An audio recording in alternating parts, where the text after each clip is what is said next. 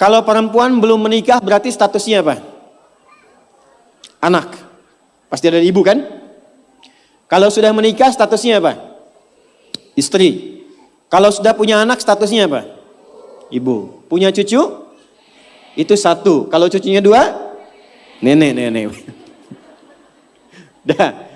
Lihat sini. Sekarang bagaimana kurikulum surga Firdaus membentuk fitrah perempuan dari status anak di rumah tangganya dulu sampai ke status paling tinggi. Yuk kita bacakan ayatnya. Quran surah 23 ayat 1-nya dulu pelan-pelan.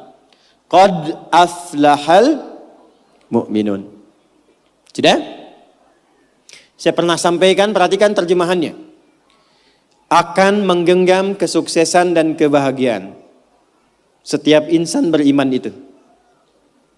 Jadi kalau kita sudah beriman dan imannya digunakan untuk bersikap, bukan hanya dengan akal, Allah jamin cepat atau lambat akan diantarkan pada kesuksesan dan kebahagiaan. Bukan hanya sukses ya, tapi kesuksesan yang membahagiakan.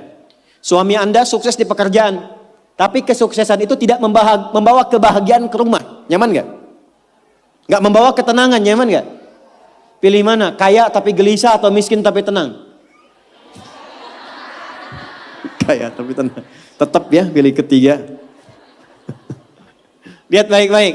Maka lakukan semua dengan pendekatan iman. Kalau sudah pakai iman, bahasa singkatnya niatkan ibadah.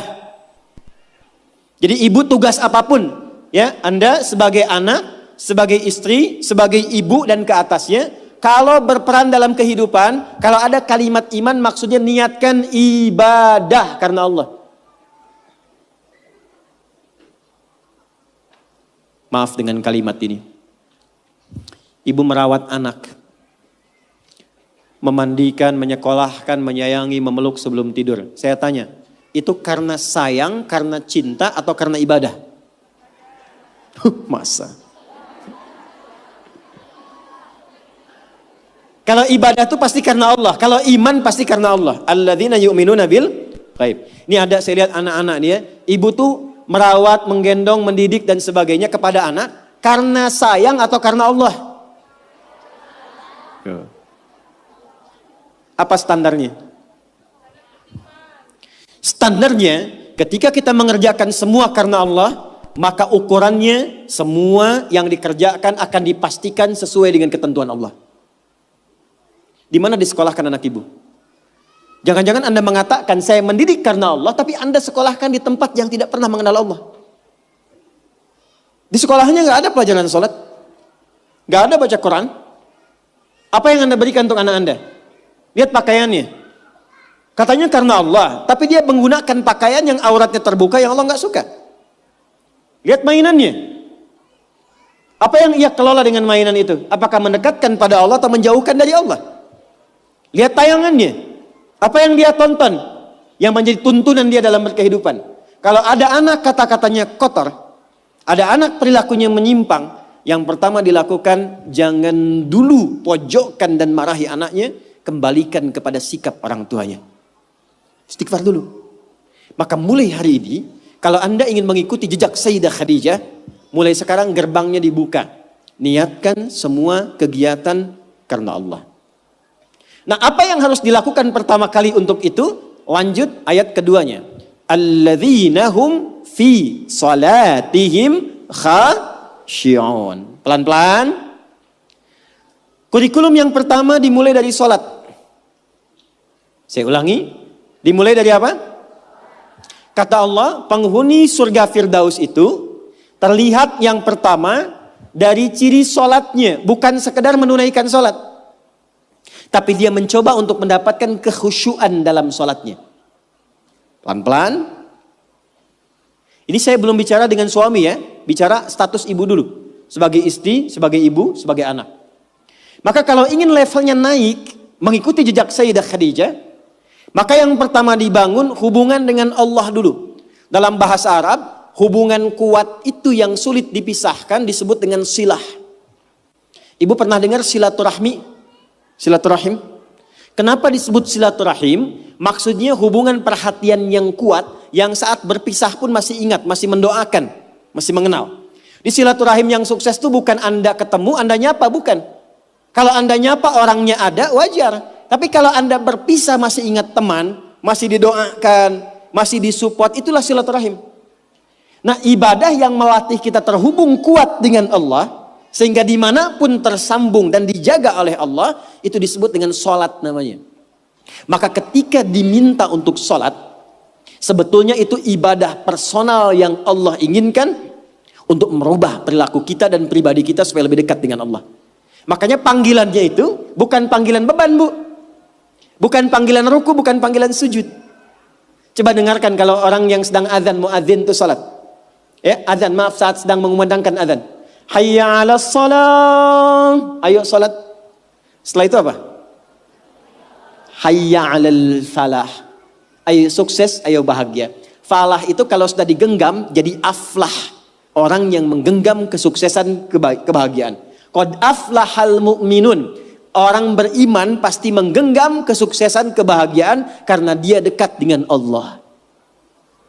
Maka saya kembalikan, kenapa yang pertama yang dilatih adalah sholat, dan itu mutlak bagi seorang perempuan. Karena nanti curhatan terbesar ibu ketika menghadapi tantangan dalam rumah tangga, itu akan banyak persoalan-persoalan yang diringankan oleh Allah ketika ibu optimal dalam sholatnya. Ibu bersyukurlah, catat ini kalimat saya, kalau ibu jaga sholat dengan baik, nanti saya tunjukkan yang pernah saya katakan minimal 40 rakaat saja. 40 rakaat. Kalau yang sholat fardu berapa? 17 ya. Subuh berapa? 2. Duhur 4, asar 4, maghrib, isya. Ingat rumusnya ya. Itu nomor telepon Allah, koneksinya 24434. Jumlah 17. Sisanya 23 di mana? 12-nya rawatib. Oke. 11-nya tahajud. Ibu jaga aja dulu ini yang 40 dan lihat apa yang terjadi setelah konsisten menunaikan itu. Sebulan aja dulu. Sebulan dulu. Lihat apa yang terjadi setelah itu. Maka nanti kalau sudah terkoneksi ke dalam jiwa, sudah enak sholatnya, itu yang disebut dengan khusyuk. Suasananya beda, Bu. Bukan ngejar selesai sholat, tapi menikmati setiap bacaan dan gerakan dalam sholat. Pernah nggak ada masa-masa ketika sholat enak gitu rukunya? Pernah nggak? Sujudnya nikmat, pernah begitu? Itulah khusyuk. Itu kalau ibu sedang mencapai titik itu kemudian sholat dan minta sesuatu, itu tidak ada sekat yang terhijab yang dikabulkan oleh Allah Subhanahu wa taala. 2, saya cepat. Jangan cukupkan soleh sendiri, Bu. Karena sama-sama ingin ke surga Firdaus, kan ada suami, ada anak-anak. Maka pesan yang pertama penghuni surga Firdaus itu yang dipesankan bukan dunianya, tapi akhiratnya. Contoh, suami mau berangkat, biasanya ibu pesan apa? Hah? Hati-hati ya Pak, gitu kan? Ya, sukses ya. Pernah nggak ibu bilang pertama kali yang disampaikan, ayah jangan lupa sholat ya? Pernah nggak? Tuh. Sekarang hari apa? Yang ke masjid siapa? Laki-laki perempuan? Yang ke masjid suami ibu, yang ke masjid laki-laki. Pernah nggak ibu siapkan pakaiannya? Pernah, bagus. Pernah nggak siapkan parfumnya? Bagus. Tapi pernah nggak ibu bisikkan di telinganya? Pak, nanti pas khatib duduk di antara dua khutbah, doakan rumah tangga kita samara sampai surga ya. Pernah nggak? Belum. Padahal di situ ada pesan kuatnya. Di situ ada hikmah indahnya. Jadi ternyata sholat itu ketika dimunculkan ciri pertama, kita kemudian tebarkan ke semua anggota keluarga. Bu, kalau cuman hafal waktu sholat, itu iman standar. Surganya standar. Penghuni surga Firdaus, dia menyiapkan sebelum waktunya. Oleh karena itu pulang dari sini, jangan sampai di rumah nggak ada jadwal sholat, Bu. Print out, bikin. Saya suka tempelkan di dinding rumah, di kamar, kadang-kadang di meja makan, sehingga begitu yang terlihat sebelum nunggu menu makan, waktu sholat. Jelas?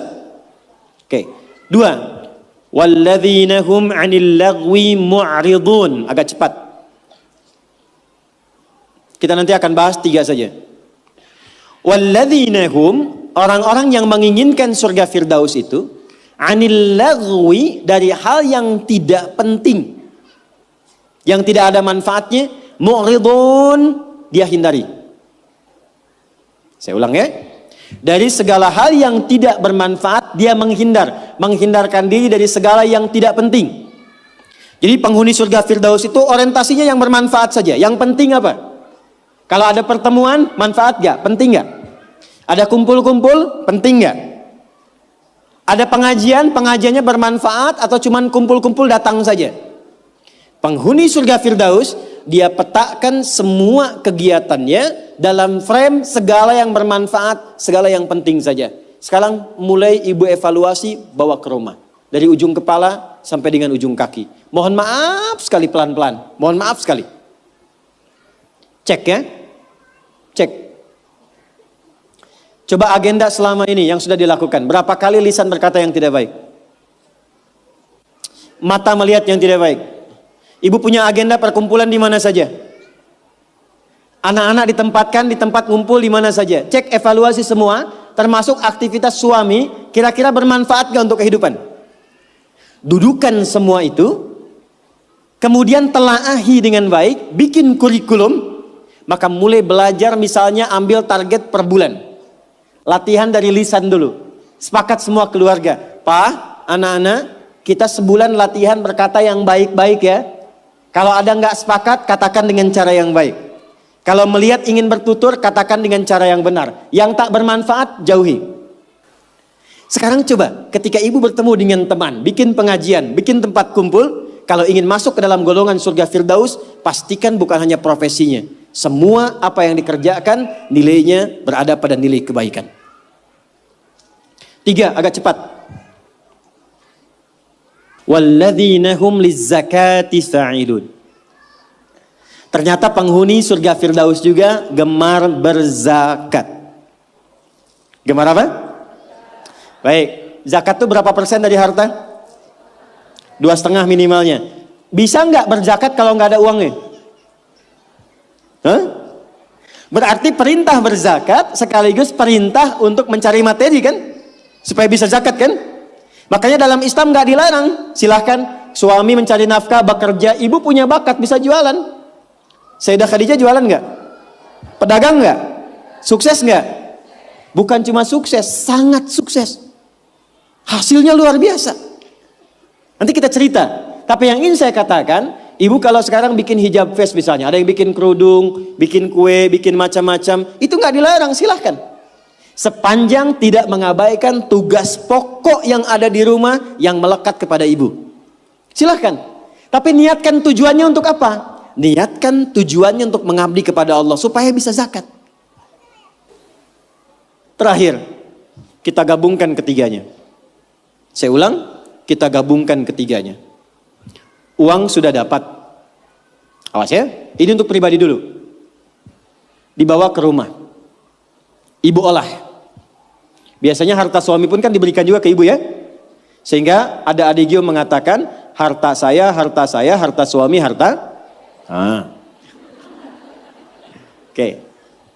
Oke, sekarang bawa bu, pelan-pelan ya.